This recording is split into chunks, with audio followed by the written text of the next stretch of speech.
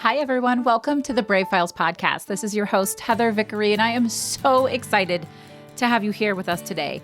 Before we get started, I want to ask you, have you joined our Facebook community yet? Brave on Purpose? It's a community built just for you, the dreamer and the goal-getter. With your head in the clouds and your feet firmly planted on the ground, we've been waiting for you. This is the community where you can finally be yourself and work collectively to build a life and a business that you absolutely love. Find us by searching Brave on Purpose in Facebook, and I'll see you there. So today we're talking about the journey of life, and that when we decide that the journey itself is where true joy lies, we begin to trust our own intuitive nature and build a life that we don't want to run and hide from. This week's guest knows that it isn't easy to live an authentic and intuitive life. Still, she bravely follows her passion wherever it leads. You're going to have to keep listening to learn more about what that passion is. She's a nomad who believes that the creative process is far more important than the finished product. This woman's joyful worldview is both infectious and truly inspiring. Stay with us because we're going to explore how intuition is faith and the many ways that we can experience life and make decisions, and that the real beauty is in the mistakes along the way. If we just get straight to the point without ever failing, we miss the point. And we talk about outgrowing our projects because it's just part of the game when it comes to living a successful life.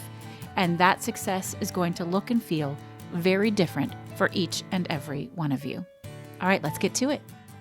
Infinite Alchemy and Transcendental. This is Heather Vickery, and you're listening to The Brave Files, stories from people living courageously. When we choose bravely in big and small ways, it powerfully elevates our lives. I hope these stories connect with you and encourage you to embrace bravery in every possible way, day after day. Together, we can build a movement of courageous living that enriches both our lives and our communities. And if you enjoy the show, I ask you to please share it with others. Maybe think of someone who you want to choose bravely right alongside you. Thanks for tuning in. Now here's the show. Hey everyone. So, learning to live an intuitive and authentic life and build an intuitive, authentic business has become a cornerstone of my business, Vickery & Co. And so many of you listeners are in this same boat, and I truly think that it is brave as hell. So that's why today I'm super excited to have a conversation with Canadian artist Eyoälha Baker. She is an intuitive photographer, a muralist, a public speaker, a writer, a community engagement activator. Did y'all hear? I love that. A community engagement activator. And the creative behind the Jump for Joy photo project and the genre of light realm photography. You guys don't know what that means, but you will when we are done with this interview. Eyoälha has taken thousands of photographs with people from all walks of life, from all around the world. And her images and writing have been published internationally. And she's currently glamping in Mount Shasta and incorporating energy, breathing, movement, and sunlight frequency to create otherworldly magical images. That is a mouthful, but it's really freaking cool. Eyoälha, welcome to the Brave Files. Thank you. I have one more correction. My life moves really quickly. I'm actually not glamping anymore in Mount Shasta. Oh, I'm now I'm living in Sedona with the most fantastic view you can possibly imagine. Oh, that sounds lovely. Yeah, check out my Instagram. You're going to freak out. Okay. Well, we will link to your Instagram, and we'll just leave all of that in because last I heard you were glamping, but I want to hear more about it as we move in. So, it was a mouthful, and I don't usually read guests' bios to that degree, but yours is really magical and beautiful and inspiring. And so first, can you share with people what intuitive art is? The best description is play. Just like imagine being a child and you're playing dress up, you're creating things, you're building little things out of blocks, you're creating art. That's basically intuition. And it's the same as being an inventor or a creator of any kind, only you make art out of it. Okay, now I love that. I feel like any artist I've ever known, this is how they produce art. But the fact that you've put this name to it, intuitive artist, tells me that maybe that isn't how everybody approaches art. Potentially. I also am not very technically inclined and can't see very well. So there's a lot of intuition that goes into the way that I do my photography. It's almost guesstimation. Sometimes I don't even look through my viewfinder, and I just kind of intuitively know the angles or intuitively know where the sun's going to create magic. I don't know how to explain it. No, I think that's really fascinating. So you're using other senses, and intuition being one of them, to make up for perhaps some of your senses not functioning the way that they may for other people. That's kind of like one way to put it. However, I'm also just honestly playing, and I'm also enjoying what a lot of people call mistakes or accidents. So I like that. I love those, and quite often those are my very favorite things, and also where I discover things. And I think that's the same, again, with inventing or like coming up with a new way of thinking or a new philosophy. You have to kind of go outside the bounds of what has been created before, and that's intuition. Like your intuition's telling you that there's more than what you can see or hear or sense or feel. It's like it's faith. It's faith. It's faith. And also we don't really have the words for what it is. I really like that a lot. And I so admire that your favorite part is the part that's not quote unquote right. The part that is maybe messy or confusing or unclear. I really honor that. I just finished a book this morning called The Coaching Habit. I'm a coach, so we read these kinds of books and it was all very kind of technical, but at the end he tells a story, and it's a long story. And I'm not going to tell a whole long story right now, but he talks about going on a hike up a mountain in Australia, and he's following the path, and he's like 7 hours into this hike, and realizes that the map doesn't look like the path he's been taking, and he realizes he's not on the path. So he goes, okay, if I climb up the mountain right here, I think I can get back to the path. But I'm exhausted. It's 7 hours. I'm beat. Like, I don't know if I can do it. But he does it anyway, and he gets up there. And right when he gets up there and gets settled, he sees another hiker who's clean and crisp and fresh. And he engages the hiker in conversation. And he said, gosh, how are you feeling so far? And the other hiker said, well, it's hard to tell. It's only been 15 minutes. So that's pretty much like every day. And I read it over and over again because I'm like, this is life and this is entrepreneurship. And I'm hearing you say this is art, where some people follow the path and they just get right there. And then the rest of us take a 7-hour path, but we learn so much in the process. Well, it's kind of like adding depth of layers in paint. If I were a painter, I'm not. But it's like all of these experiences that we have, that whole cliche saying, like the journey is the goal. The journey is the joy. It is the destination. Yeah. It's like all of these levels and layers of like pitfalls and making our way back out, and then discovering something new, and then healing our heart, and then connecting. Like all of these things are what makes our life fascinating and interesting and fun and creative. So if we just get straight to the point, then we kind of miss all that stuff. I like that. If we just get straight to the point, we miss the point. Yeah, pretty much. That's awesome. Okay, so give us a little background. Have you always been an artist? How did you land here? And then at what point were you like, no, this is going to be my life, my profession? Well, I would say probably I have always been an artist. I just haven't always recognized that or allowed that part of myself to shine through like I have been in the last few years. So I actually did take a photography class in high school and used to love drawing all the time, but I missed a lot of school because my family traveled a lot. So I was always kind of like ahead in certain things and behind in certain things and changed schools a lot. So I was kind of like very worldly knowledgeable, but not technically knowledgeable, which again reflects in my art. I'll just figure it out and maybe I'll look at the instructions later. I took a photography class in high school. It came very naturally. I really did love it. I did another class, I think, in a college. And then when I applied to do a minor in university, they didn't accept me into photography. So I just didn't think I was any good, of course. And this was all still when everything was analog. And then it wasn't until like my mid-30s that I bought a little small pocket camera, like one of the first digital cameras. It was like 3.2 megapixel and it fit in my pocket. It was awesome. And I went to Brazil and it was like something exploded in me. Like that camera was attached to my wrist, you know, like every time I went anywhere, I took photos, I experimented with it. I never looked at the instructions, just played. I mean, pretty much what I'm doing now, but I did it with different material. And yeah, like, I mean, I basically since then been doing it, but it took me probably, let's see, almost getting close to 20 years to be like, I guess I'm an artist. Oh, wow. How was it received by your family?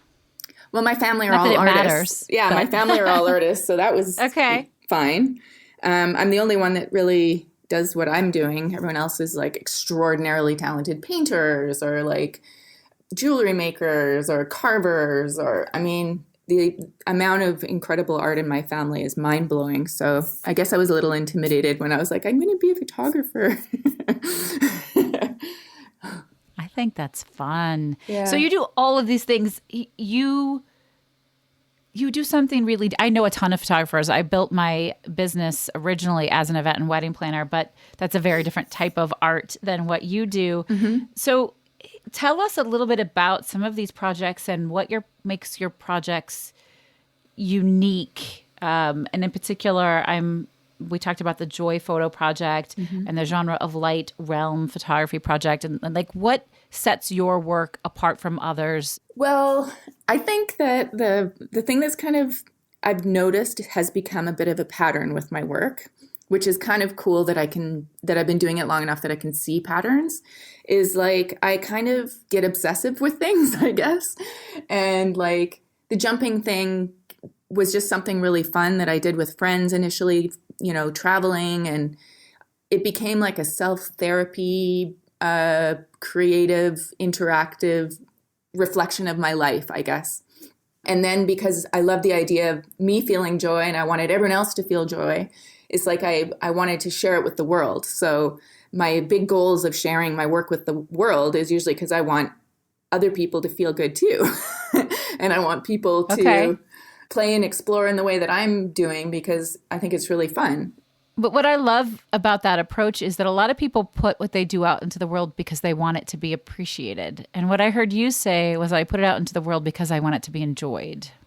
Yeah, definitely. And I want other people to kind of be able to have their heart expanded through that energy. And that's what happened through my experience of creating the project. I mean, I was not I've never really been super open and social before I started that project. And I was meeting up with people I didn't know. I was like meeting new people. I was reaching out to people that were, you know, doing really well in their careers and people on the streets that normally people ignore. So it was like it opened and expanded me in such a way that I wanted other people to kind of get a taste of what that felt like. Because it was, I mean, I was on the verge of tears with the emotion, like in a beautiful way. You know, to have people that have nothing be impacted by joy and have them appreciate the work, you know? Absolutely. I really like that so much. I love the idea that you want your work to crack other people's heart open. I could go all in on that idea. Yeah. And like what that means. I love it. And it's a reflection of what I'm trying to do for myself at the same time. So it's like me reflecting the people around me. So the more that I have to be brave and work through my shit, and the more that I have to challenge myself to get out of my fear zones and break through and imagine infinitely better than I can currently imagine, and keep going for things that are beyond that seem beyond my reach. Of course I want other people to experience that too. And I haven't figured it out. My process is figuring it out. I like that. Yeah. I mean, we're never there. I tell people that all the time. You're coaching. Somebody said, "Oh, I'm afraid I'm going to outgrow my business." I said, "Of course you're going to outgrow your business." Yeah, obviously. If you're actually doing it, if you're showing up and you're working hard, you're going to reach the peak of what you're doing right now, and then you're going to create a new one. That's what expansion is all about. Absolutely. And that's an interesting thing that happened with the Jump for Joy project, because I could have been a one-hit wonder and just kept doing it. Everyone loved that project. But I knew that there was a point where I was complete. Like the joy had integrated and I was kind of bored and I wanted to do something else and I didn't know what it was. And that's when I was glamping and started playing with the light a couple of summers ago. It just sort of happened.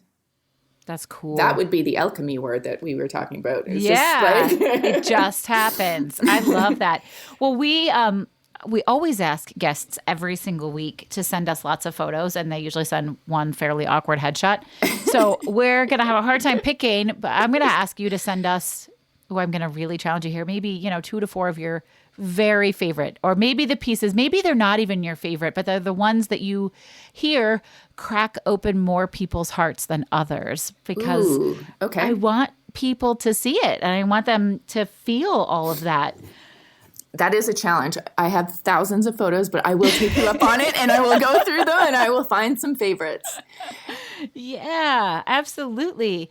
And so then tell us a little bit about, you no longer do the glamping, but you were doing it. First of all, I don't camp. So I'm laughing when you said glamping. I'm like, I can be down. What does that, I know what I think that means. I mean, I know what the trendy glamping actually is, but was that really what you were doing? Yes. Why you decided to do it and what that experience was like for you?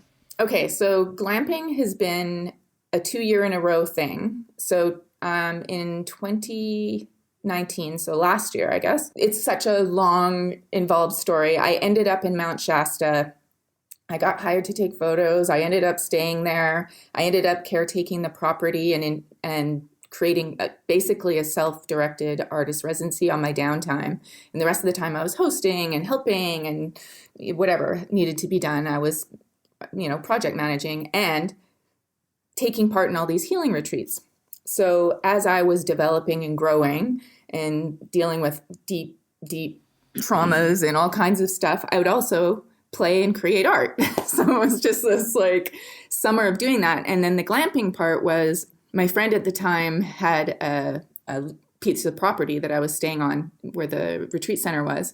And he bought a tent and put his furniture in there so I'd have a place to sleep. The only thing is there was no toilet, obviously. There was no kitchen. Right. There was, yeah. I was basically outside most of the time. But I did use the kitchen that summer. This last summer, however, I was at a different one, Hestia. And it was like hardcore. Like I had my Coleman stove outside. I was outside from May until October. Did not sleep inside once in that entire time. Wow. Oh, I call. I don't think so. During the fires, so it was smoky. Like we had some rainstorms. It was sweltering hot, like ridiculous heat. And I'd have to go into the creek to cool down. It was intense. So trying to deal with, heartaches and traumas and also interact with the people that were coming through on the property because I was also caretaking and helping out. So it's a couple of full-time jobs, but it was ridiculously fun. Ridiculously cool too. So you weren't alone the whole time because there were people coming and going. I always fear being out like that and being in complete solitude. Oh my God, that's my favorite thing in the world. It's what I craved the entire summer. Well, I love it too, but I wouldn't want it for 8 months. Well, I guess I haven't done it that long. But my problem's always been the opposite. I can't wait to get alone time because I've been living and staying couch surfing and in other people's spaces. So I'm when I get alone time, I'm in heaven. I'm no, yes. I feel all of that. I have 4 kids and my partner and I both work from home. And usually we do some traveling. And since the pandemic hit, no one's traveling, of course. And so I'm never I'm never alone. So I really had to, and it's not like I can go to the coffee shop with my headphones. You can't fucking go anywhere or do anything.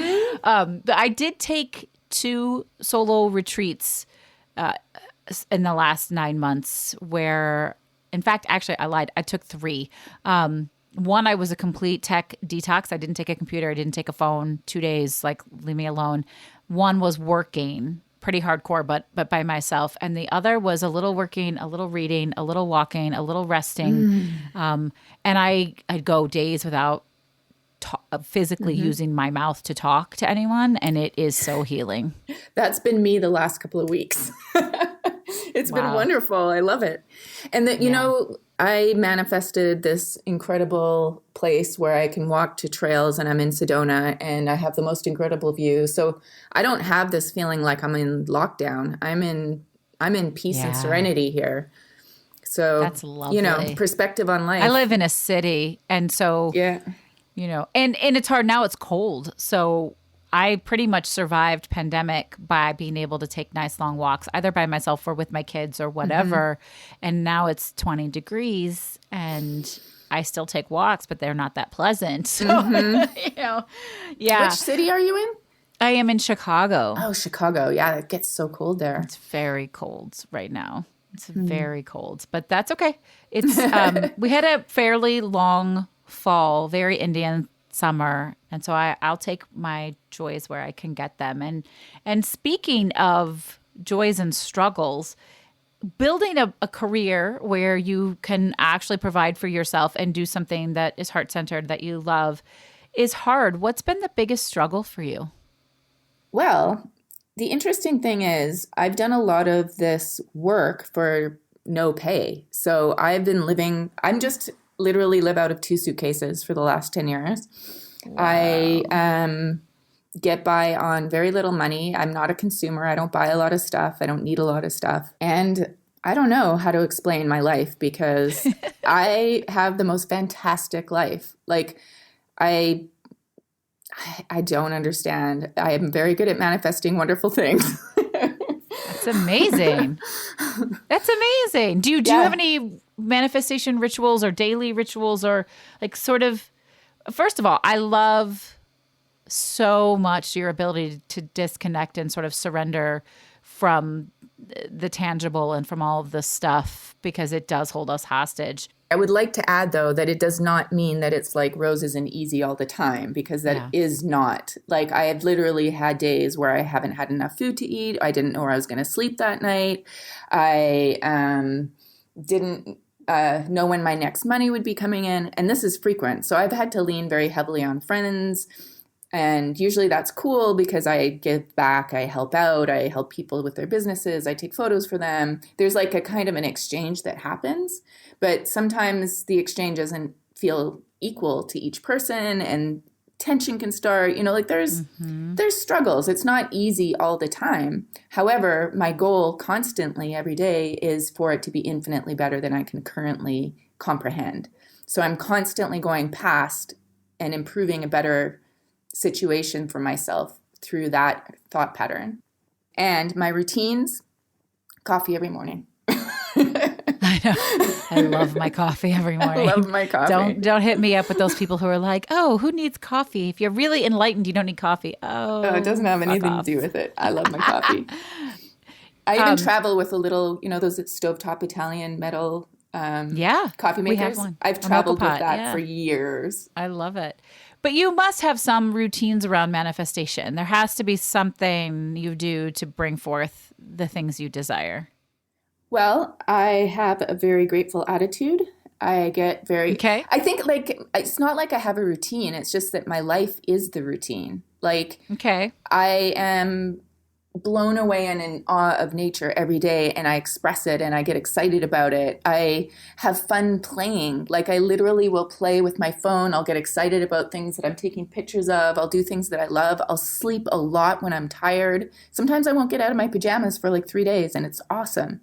Yeah. So, like, my routine is just like keep telling myself and showing myself and finding examples of how my life can be infinitely better than I currently comprehend, because maybe I just don't have maybe my bar is so low that I just have to keep aiming higher. And okay, wait, that's a really bad analogy because I don't like I that. mean, I don't think your bar is low at all. I think it's impressive. But this is what I'm saying. I feel like that's a limiting statement. And I don't think that that's how I live my life because I'm not aiming for goals. So I just want to retract that and say, I'm looking at life not so much as levels anymore or structures, or you hear all this thing about grids and whatever.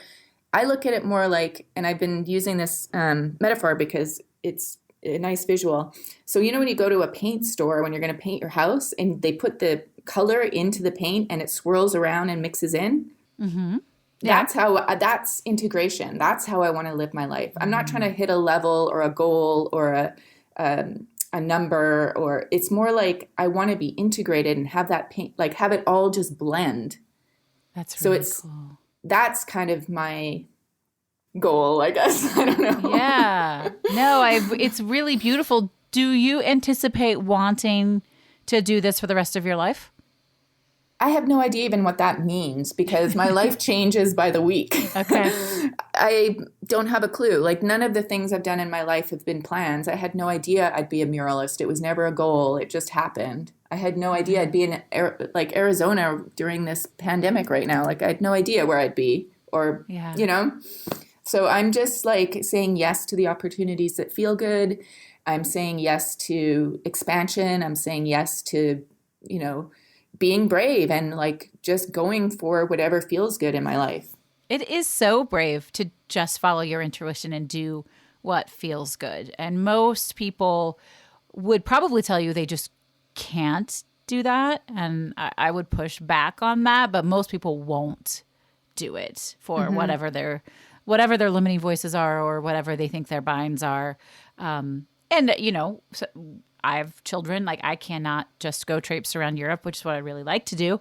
Maybe not during a pandemic, but I can find other ways to lean into that intuitiveness. And I do manifestation stuff, but maybe because I don't have the same life set up as you, but I do spend time every day visualizing the things that I want for myself and my life because I don't believe we can get somewhere that we can't imagine. I don't know. I've been trying that. And here's one of the ways that I look for examples of things that are better than I can imagine, a really simple way. So that first summer when I was glamping, I arrived in Mount Shasta with $20. I had no idea what kind of work I was going to do. I knew that I had a place to stay, and that's about it. So because I didn't have a lot of money, my goals were my dreams were pretty low. Like I needed a new pair of flip-flops because mine broke. And I wanted Havaianas because those are the best ones, I thought. And I wanted to have a fridge full of food that I could share with people. So those were two things that were like better than I could imagine at that point in time because I didn't have the money. I mean, I had no idea. So after a couple of groups left, somebody left behind a pair of flip-flops. Didn't know who they were. Nobody claimed them. And I tried them on and they were so comfortable. I was like, oh my God, these are the best flip-flops I've ever worn. Awesome. And they're not Havaianas. And Havaianas was the best thing I could possibly imagine. Like that was my goal. But these ones were way more comfortable. I could literally hike in them. I hiked to the top of a mountain. They were so comfy. So that was like an example of something that I couldn't have dreamed of. I didn't know they existed. I didn't know there was these better flip-flops. And then the fridge situation. So in the house, when they'd have like the healing retreats come through, the pantry and the fridge would be like overflowing with food.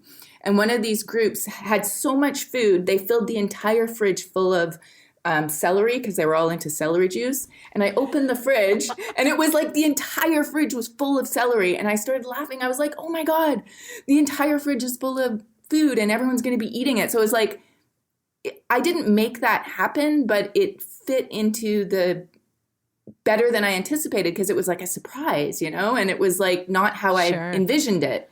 So it's like, I don't want to get too stuck on what I think I want. I want it to be better than I think that I can have it. Yeah. Oh, I love that. I think you're onto something when you say that you live this really connected, great, full life the energy we put out is the energy we get back. And so if you are anticipating small wonders, big wonders, the unimaginable presenting itself to you in just the right way, and everything feels like it has a little bit of a magical edge, which is what I'm hearing from you. It does. Like all of a sudden, everything is such a wonderful surprise. And then you notice bigger things, and you notice like things, bigger things. And then it's just like suddenly all the things around you are magical and fun, and you meet wonderful people, and you have wonderful unexpected adventures. And, clearly I'm like not 100% in this, but I've experienced it often enough to know that I'm getting better at it, and it's happening more. And the things that are feeling out of reach are feeling closer, or maybe they're not out of reach anymore, or maybe it's already happening. And and it's already so much better that I couldn't even imagine being where I am right now. I love that. I do. I think so much of it is the energy. I'm a big gratitude girl. I've actually written 2 books on gratitude. It's something that is absolutely crucially important to me. So we just released this episode. I normally do a gratitude episode right at US Thanksgiving. I chose to do a solo episode this year for that, talking about being our most authentic selves. And instead we did a New Year's episode where people reflected on what they were grateful for from 2020. Because I just think if we constantly focus on what a shit show the year was, we're missing the boat on a lot of things. And then what they were looking forward to in 2021. And it's just a crazy magical episode, and people call and they cry, and they're like, they surprise themselves with the joy that they've discovered by slowing down and paying attention to it. And it's just, I think when you give that energy to the world, it comes back. You find beauty everywhere. Absolutely.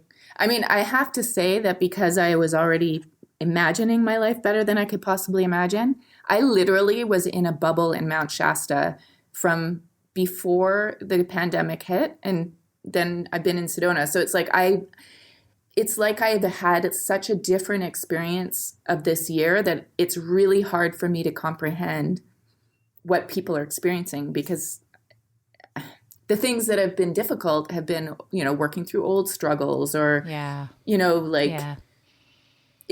it hasn't, I just got really lucky. Again, it's what like attitude. Absolutely. It's attitude. And it's also just, it's almost like that whole manifestation thing of like, I could sit in my thing and be terrified and upset and scared and all of those things, but it doesn't seem very fun. It doesn't seem fair. It usually doesn't serve us, and all fear really does live in the future. My own and coach, I've lived in a lot of fear, so I can say that and laugh about it. Yeah, right. I'll bet. I'm sure that's a whole nother episode of the things, the things that have been terrifying as you've not had. Are you totally okay with not having a home base? Like so many people really crave that. This is 100%. Okay, so that was my big goal this year, is to have a home base. And I just literally rented a suite, like a little apartment in Sedona. And it's been 9 years out of 2 suitcases. And I actually have a home base right now. That's awesome. And that's what you wanted. So you've manifested That's what I wanted, yourself. and I got it. I mean, it's got some tweaks. I got some tweaks. I mean, it's not exactly what I wanted, but there are absolutely more benefits than not. That's really cool. Mm-hmm. I love that. So one of the questions that I always ask, and I think this is a really nice segue into it, is how do you celebrate success? And I ask this question because, first of all, I think success is very individually defined. And it sounds to me like discovering flip-flops that you had been dreaming of, or a fridge full of celery, or a little, suite feels like a major success for you. What's that process like of acknowledging that there has been a success or a win for you? I get really excited. I have no problem celebrating. Yeah. I celebrate the most ridiculous things. Nothing ridiculous to celebrate. Celebration is the best way to spend your time.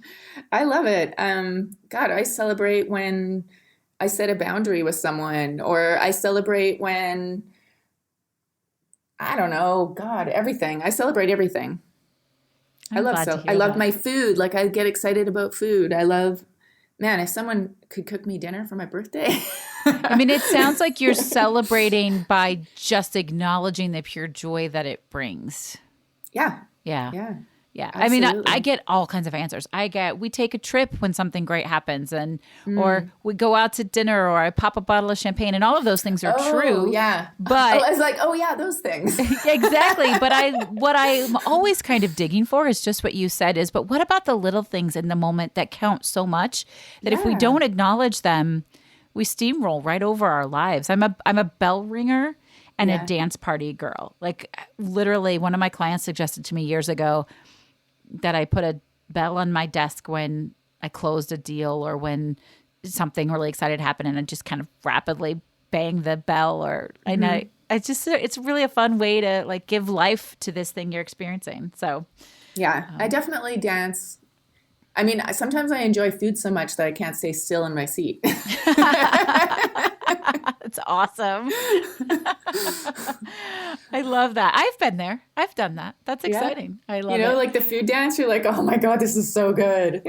That's my favorite. And now I have to Or figure out what I want for dinner. oh my gosh, when I'm taking photos and I get a good photo of someone, the celebration is ridiculous. Like people laugh at me. I don't know. I just get so excited when I get a photo that is like, doesn't make sense to me. I'm just like, how did this happen? That is so cool. I love that. As somebody because I used to be in the events industry and because I've had my photo taken a number of times, I can totally identify with that because it's not always a fun process. And when you get a great picture, you're like, oh God, it feels so good. Yeah, that's love one of it. I my love it. favorite things. I love getting photos of people, especially when they like that they love, especially when they think they're not photogenic or they're uncomfortable in front of the camera. If I can get a good photo of someone, it's like celebrate. Oh my God, so excited. I love it. That's really cool. Excellent. Well, so as we come close to the end of the conversation, and I'm so curious because you've had sort of this nomadic life, I am such a deep believer in giving back and showing up and coming together as a community. And you did, I believe, and I loved it so much, say that you are a community engagement activator. So really excited to hear, what is your favorite charitable organization to support? A Better Life Foundation in the downtown east side of Vancouver, but they also have US, I think they have a US branch now. I Okay. can probably find out all that info and send it to you, but A Better Life Foundation. And I heard about them initially when I was doing my murals in Vancouver, because I was in the downtown east side of Vancouver, which is probably one of the poorest areas, and a lot of drugs go on there. A lot of people live on the streets. And they became my friends, these people, and they were supportive of my work. And like literally, I had someone who lived in poverty go and get me lunch from one of these like local, I don't know what, charity places because they were worried that I was working so hard. And I just think about that. Like this person spent $2 on this lunch for me. And that kind of generosity came because of the joy that I gave him through my work. So when I think if I can give that kind of joy to people and then be able to support meals for them, knowing how much joy people can get out of food too, it's kind of awesome. That is so great. I love that. Well, thank you for sharing them with us. We will link to them. They will be our charity of the week. And so everyone get to know them and spread the love however you can. Let other people know they exist. If you have time or money to give back or simply a few social media likes, whatever it is, it's on us, folks. It's on us to come together and lift one another up and support one another if we want the world to be a better, happier, braver, more joy-filled place for all of us. I am so in love. I could feel like I could talk to you forever. If you nomadically wander your way towards Chicago, or if I'm ever in Sedona, can I invite myself to come and hang out? Absolutely. We will definitely hang out and we'll definitely do some Lightroom photos because it's really fun. Very magical. Yes, please. Awesome. Will you share your 3 words with us one last time? Yes, infinite, alchemy, and transcendental. Yeah. I mean, they're beautiful. And I see that. I see all of those words. I always ask people to say 3 words that best identify your story. And people want to give me sentences. And I'm like, no, 3 words. And it's really hard for some people. But I can absolutely see in everything you shared with us where these words come from. And I think they're so Beautiful. Eyoälha, thank you so much for spending some of your time here with me and sharing all of your light and energy with our listeners. Thank you. It's been such a pleasure, and I do hope we get to play someday. I really hope so too. I really do. Well, you want to tell folks how they can find you on social media? We'll put it in the links as well, but let people know here in case they are dying to see your pictures right now. Okay, awesome. I usually post on Instagram the most, so either on my name, which is spelled Eyoälha, or Light Realm Photos, and I also have Light Realm Art, lightrealm.art. Okay. Awesome. You guys go check it out. You know you want to see all about it. It's really beautiful work. I've seen it. And I hope that those of you listening are able to take from this conversation a little spark of joy, a little spark of paying attention to the little things, and maybe just putting some trust and intuition out into the universe. The universe has your back.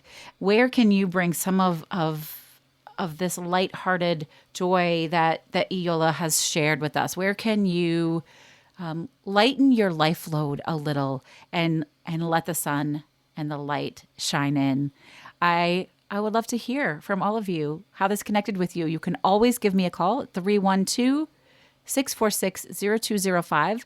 Share what moved you, what you loved, how you're out choosing bravely. It would be a delight to hear it. You can email me, heather@vickeryandco.com.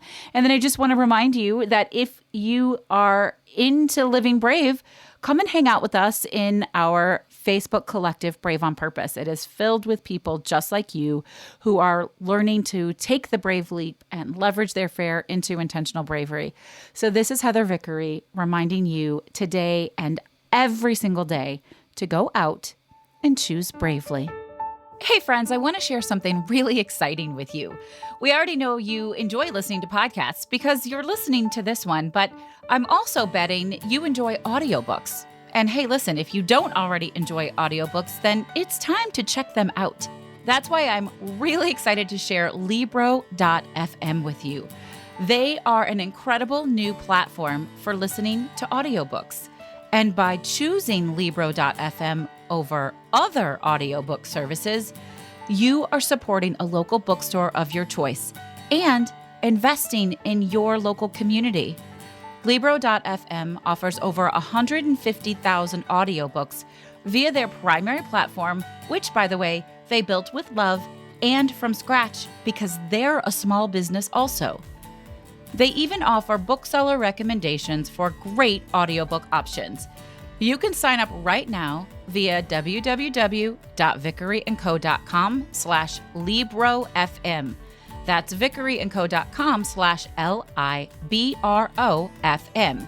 And when you do, you'll get one free audiobook of your choice, and the proceeds will go to your favorite local bookstore. Now, check what I just said there. You're going to get a free book, and the proceeds are still going to go to your local bookstore because Libro.fm makes sure that their booksellers get paid even when they give a promo to customers. I've listened to over 20 audiobooks this year alone. I especially love listening to memoirs read by the author, and it feels great knowing that all of my purchases support my local bookstore, The Book Table, in Oak Park, Illinois. Libro.fm. The same audiobooks, the same price, but a completely different story.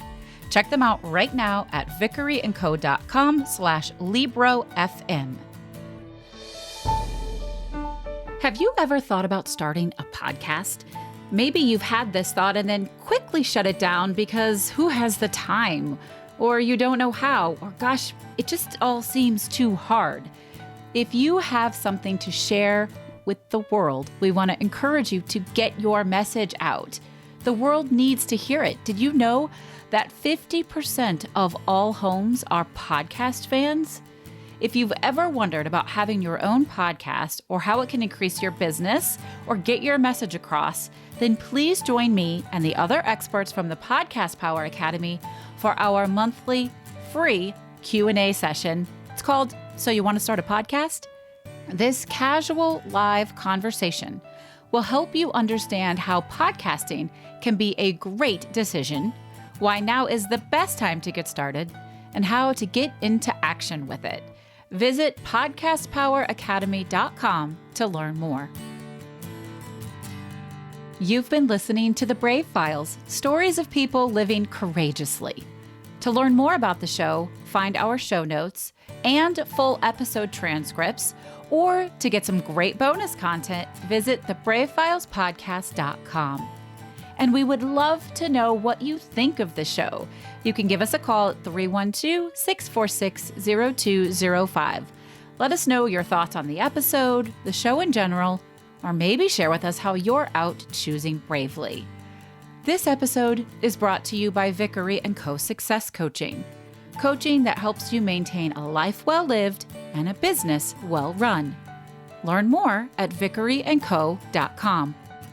Our music was created and produced in a custom collaboration with Matt Lewis from ML Creative Consulting, a boutique firm dedicated to helping clients identify their unique sound and amplify their brand with custom delivered soundtracks.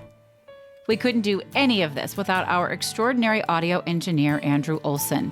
Learn more about him and check out his work at findandrewolson.com. And special thanks to everyone on Team Brave, from our producers, associate producers, copy editors, writers, and support team. Special thanks to Molly, Mary, Kim, Sabra, and Sabrina. I'm your host and executive producer, Heather Vickery. Thanks for tuning in, and we'll talk to you next week.